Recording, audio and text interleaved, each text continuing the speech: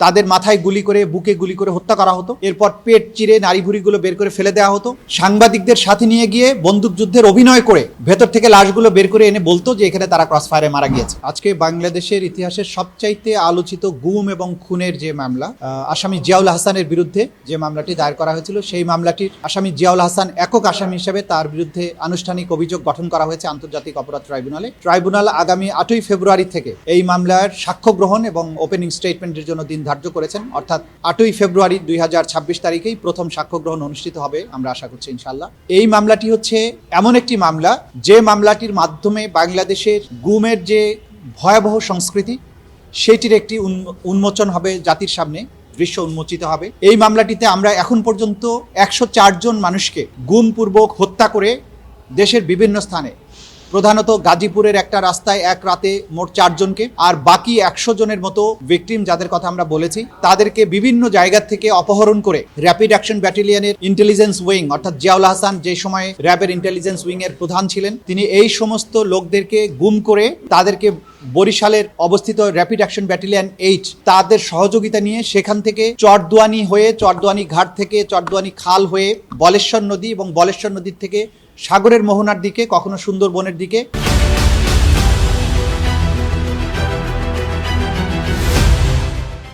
এই ভিকটিমদেরকে ট্রলারে তুলে নিয়ে গিয়ে হাত পা এবং চোখ বেঁধে নিয়ে তাদেরকে মোহনার কাছে গিয়ে জোয়ার ভাটার হিসাব করে তাদের মাথায় গুলি করে বুকে গুলি করে হত্যা করা হতো। এরপর পেট চিরে নাড়ি ভুড়িগুলো বের করে ফেলে দেওয়া হতো এবং এরপর ওই মৃতদেহের সাথে তাৎক্ষণিকভাবে সিমেন্টের ব্যাগ অথবা ইটের ব্লক বেঁধে তাদের লাশগুলোকে ডুবিয়ে দেওয়া হতো। কখনো কখনো কিছু এলাকায় বনদস্যু অপারেশনের নামে এই অভিযানে যাওয়া হতো।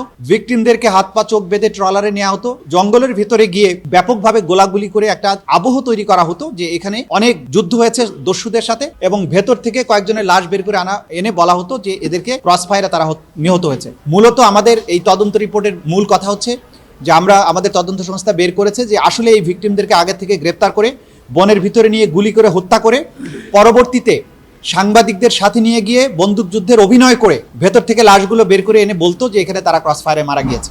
এইভাবে ক্রস ফায়ারে মানুষ হত্যা এবং ট্রলারে করে গুমের শিকার লোকদেরকে সাগরে বা নদীতে নিয়ে গিয়ে এইভাবে নির্মমভাবে হত্যা করে তাদের লাশ যে গুম করে দেয়া, এইরকম 104 জনের ব্যাপারে এখন পর্যন্ত এই মামলায় অভিযোগ আনা হয়েছে।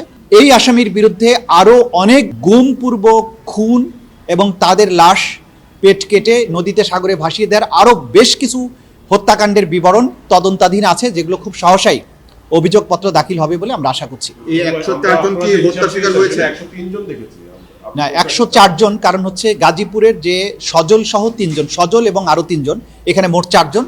আর ওইখানে বরগুনাতে 2টো চার্জে 50-এর অধিক বলা হয়েছে, অজ্ঞাতনামা 50 এবং 50, ওখানে 100, সেই হিসাবে এখানে 104 জন হয়।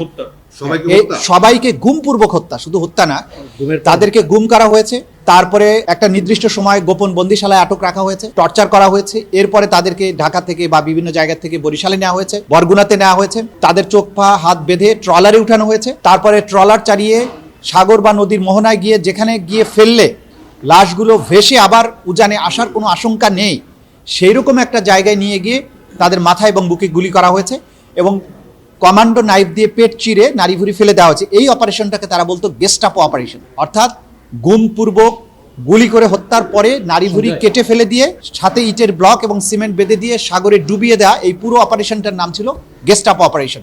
এরকম শত শত অপারেশন এই আসামি করেছেন, যার মধ্যে 104 জনের ব্যাপারে সোফার এই মামলাতে অভিযোগ দায়ের করা হয়েছে। বাকি অভিযোগগুলো এখনো তদন্তাধীন আছে, খুব সহসাই এই রিপোর্টগুলো দাখিল হবে।